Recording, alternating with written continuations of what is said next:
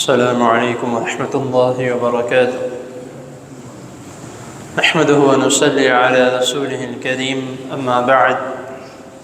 أحسن الكلام كلام الله، وأحسن الهدي هدي محمد صلى الله عليه وسلم. أعوذ بالله السميع العليم من الشيطان الرجيم من همزه ونفسه ونفخه. قل يا أيها الناس إني رسول الله إليكم جميعا الذي له ملك السماوات والأرض لا إله إلا هو يحيي ويميت فآمنوا بالله ورسوله النبي الأمي الذي يؤمن بالله وكلماته واتبعوه لعلكم تهتدون. صدق الله العظيم. حضرت محترم رسول اللہ صلی اللہ علیہ وسلم کی شان، آپ کا مقام، آپ کا رتبہ، آپ کے درجات قرآن و حدیث کے مطابق آپ کے سامنے اختصار کے ساتھ بیان کیے جا رہے ہیں. پچھلی نشست میں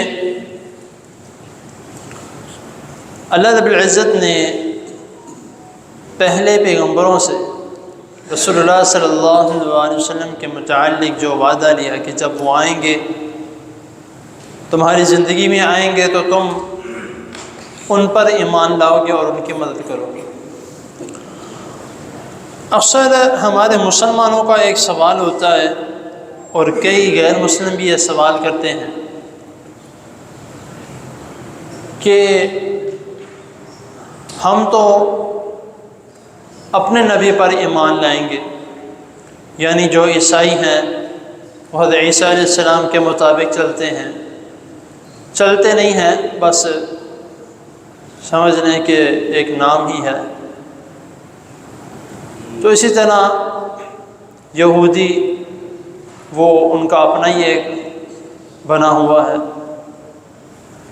تو جو مسلمان ہیں وہ کہتے ہیں کہ رسول اللہ صلی اللہ علیہ وسلم پر ہمارا ایمان ہے، باقی تو جا چکے ہیں تو ان کی خیر ہے. ایسا نہیں ہے، جو پہلے گزر چکے ہیں ان کے اوپر بھی ہمارا ایمان لانا فرض ہے، اور رسول اللہ صلی اللہ علیہ وسلم پر ایمان لانا اور نبی کریم صلی اللہ علیہ وسلم کی اتباع کرنا ہمارا فرض ہے.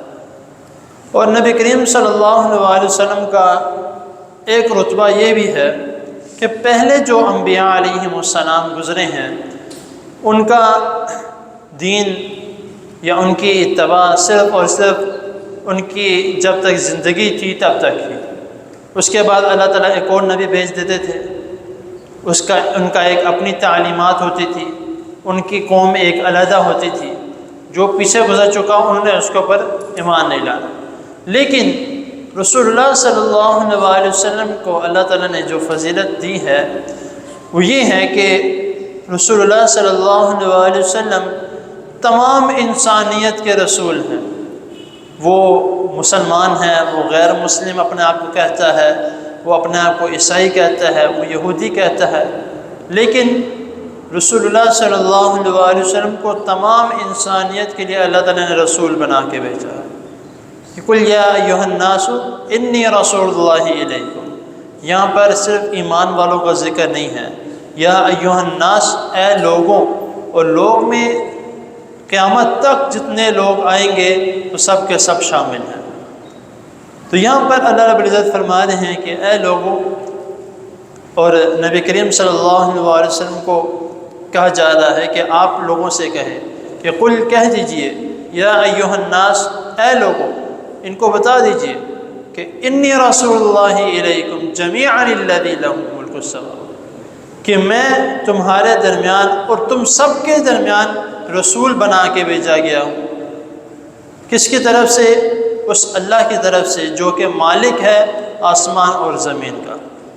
لا الہ الا هو یحیی و یمیت، اس کے علاوہ کوئی معبود نہیں، وہی ہمیشہ زندہ رہے گا اور وہی مارنے والا ہے.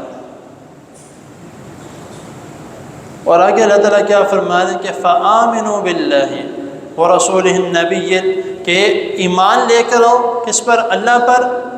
ورسولہ النبی الامی الذی یؤمن باللہ وکلماتہ، اور رسول اللہ صلی اللہ علیہ وسلم پر نبی امی کا ایک الگ جو ہے وہ بہت بڑا موضوع ہے، اس کے متعلق جو ہے وہ قرآن و حدیث میں کئی مقامات پہ اللہ تعالیٰ نے بیان کیا۔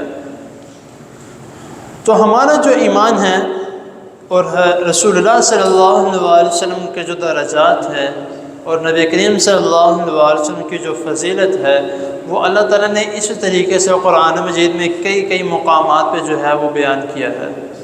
تو اسی طرح جو ہے وہ ہم نے ہمارا محبت کا اظہار کرنا اور رسول اللہ صلی اللہ علیہ وسلم کو واقعی نبی ماننا، یہ تب ہوگا جب ہم نبی کریم صلی اللہ علیہ وسلم پر ایمان لائیں گے اور جو رسول اللہ صلی اللہ علیہ وسلم احکامات لے کر آئے ہیں، جو تعلیمات رسول اللہ صلی اللہ علیہ وسلم نے دی ہے، اس کے مطابق عمل کریں گے۔ منہ سے کہہ دینا یا زبانی کہہ دینا یہ کافی نہیں ہے، عمل جو ہے وہ لازمی ہے۔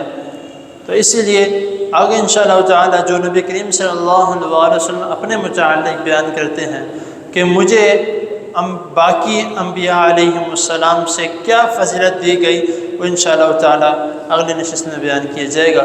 اللہ تعالیٰ کے حضور دعا ہے اللہ تعالیٰ ہمیں، اور اس سے میں نے کہا کہ اللہ اور اس کے رسول صلی اللہ علیہ وسلم پر ایمان لانے کے متعلق تو اس کا فائدہ کیا ہے؟ تو اسی کی آیت میں اللہ تعالیٰ نے فرمایا کہ لعلکم تہتدون، تاکہ تم ہدایت یافتہ ہو جاؤ، ہدایت کے راستے پہ چل جاؤ۔ تو اگر ہم ایمان نہیں لائیں گے تو ہم گمراہی کے راستے پر ہیں۔ اللہ تعالیٰ کے حضور دعا ہے اللہ تعالیٰ ہمیں ہر قسم کی برائیوں سے بچا کے رکھیں اور ہمیں صحیح سنت کے مطابق رسول اللہ صلی اللہ علیہ وسلم کی فضیلت بیان کرنے کی توفیق عطا فرمائے، اور جو سنا اس پر عمل کرنے کی توفیق عطا فرمائے۔ جزاکم اللہ۔